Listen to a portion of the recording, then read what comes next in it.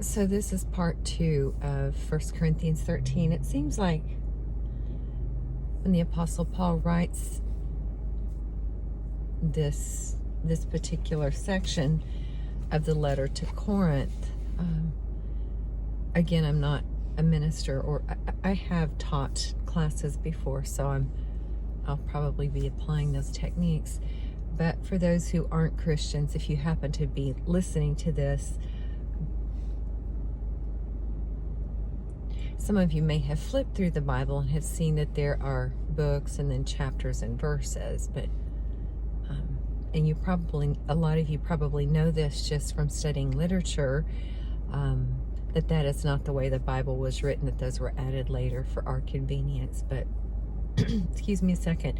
So this actually is part of a section that was right before and flows into the next section. But it is a beautiful chapter in and of itself. Now, it seems like he divides things up into little couplets or triplets of sayings. And so in the first part, I mentioned that, if I were to take a speaking course and I were to speak to my audience without love, or even to myself, holding a record of wrongs against me, that's not being loving. That was the one that really blew me away, because I think the temptation with personal responsibility sometimes, and I don't know why I do this, maybe I'm the only person who does this, I may feel overly responsible when something is done and over. I'm thinking, why is this coming up again? The brain is pretty powerful, and I think what's more important, instead of there was a reason for that, it is no more, basically, but I think what helps you move forward is to substitute, instead of saying, well, let's say I made a mistake or I did that, substitute, I learned this is what I'm saying for myself, this is what I'm learning. Okay, I learned this lesson. Okay, now I can move on. And then I mentioned prophecy, and it also says if I have faith that can move mountains, that there are people who really believe that the human mind has the ability to move a mountain. I know that a lot of Eastern thinkers believe very much in the ability of, almost like the Force in Star Wars. You remember when the Jedis, the Jedi Masters would kind of do their thing. I remember there was one guy, I forget his name, he was really cute, and when he knew who my dad was, he said, your dad is like a Jedi Master. He just looks at you. If he just asks you to do something, you want to make sure that you do it. He's easy to do things for. But there may come a time where we are able to telepathically move objects. I mean, who knows? Maybe that's something for the afterlife. When we go into the next world, maybe that's the way things work. But, if God gives you an idea, there's probably truth to the root of it. But meanwhile, if you have faith, let's say you have the ability to, move mountains, to flood villages, to make dams, to flatten out whole terrain so that you can build a city, right? But you're doing it for the money. You're not doing it because, hey, we're building a new civilization, a new society. We're giving people a place to live, to make businesses, to build businesses. I'm speaking for myself. I don't have the ability to do that, but if I were, it seems the best, most enterprising people are the most loving, And some of them didn't start out that way. If you look at the Steve Jobs story, that's an amazing movie to watch. I didn't realize that he had he had to work through some things, and then he was very much at peace with himself. And at the end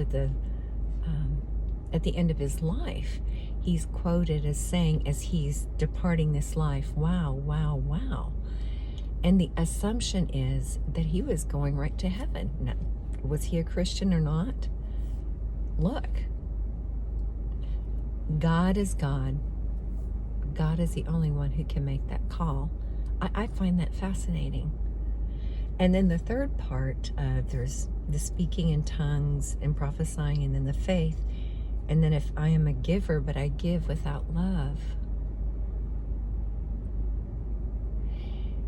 Reminding people of what I've given, that's not loving. That's not loving.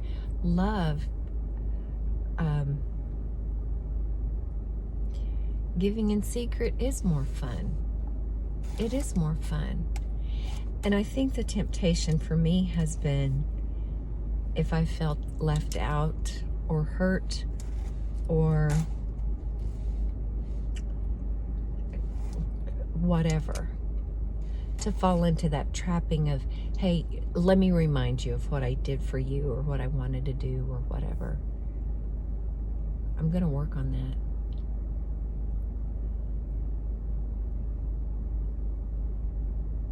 Because I know that who God made me was to love and to be loving and to accept love.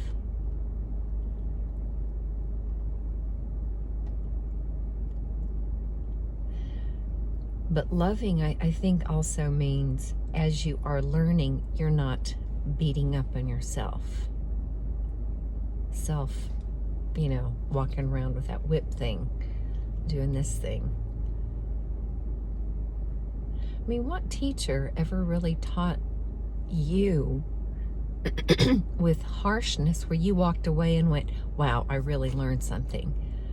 I'm trying to think of teachers I don't really think I had harsh teachers. There were some teachers who had dry senses of humor. Maybe sometimes I misunderstood them, or I do recall one teacher. I did misunderstand him. It ended up being a funny story for another time. But I don't think he was being mean at all. He was kind of young and good man. I've had very good teachers.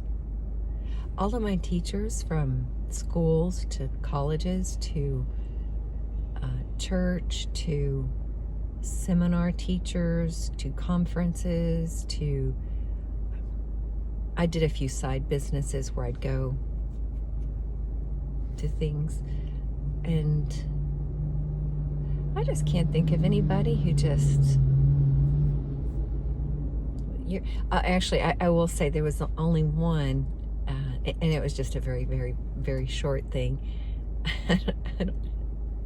I don't know why it bothered this man. He was a very good teacher. I was just glued to him, and we were in an arena full of teens, and somebody's bound to need to go to the bathroom, with the thousands of people that are sitting there. And I remember a few girls getting up and just leaving to go to the bathroom, and he yelled from the pulpit, "Where are you going? Is my talk not good enough for you?" Now that's the harshest thing I ever heard somebody say from a pulpit or from a podium or whatever. But other than that, I think everything I've heard has been good. This is longer than 5 minutes. Thanks for listening. Take care, and until the next time, bye-bye.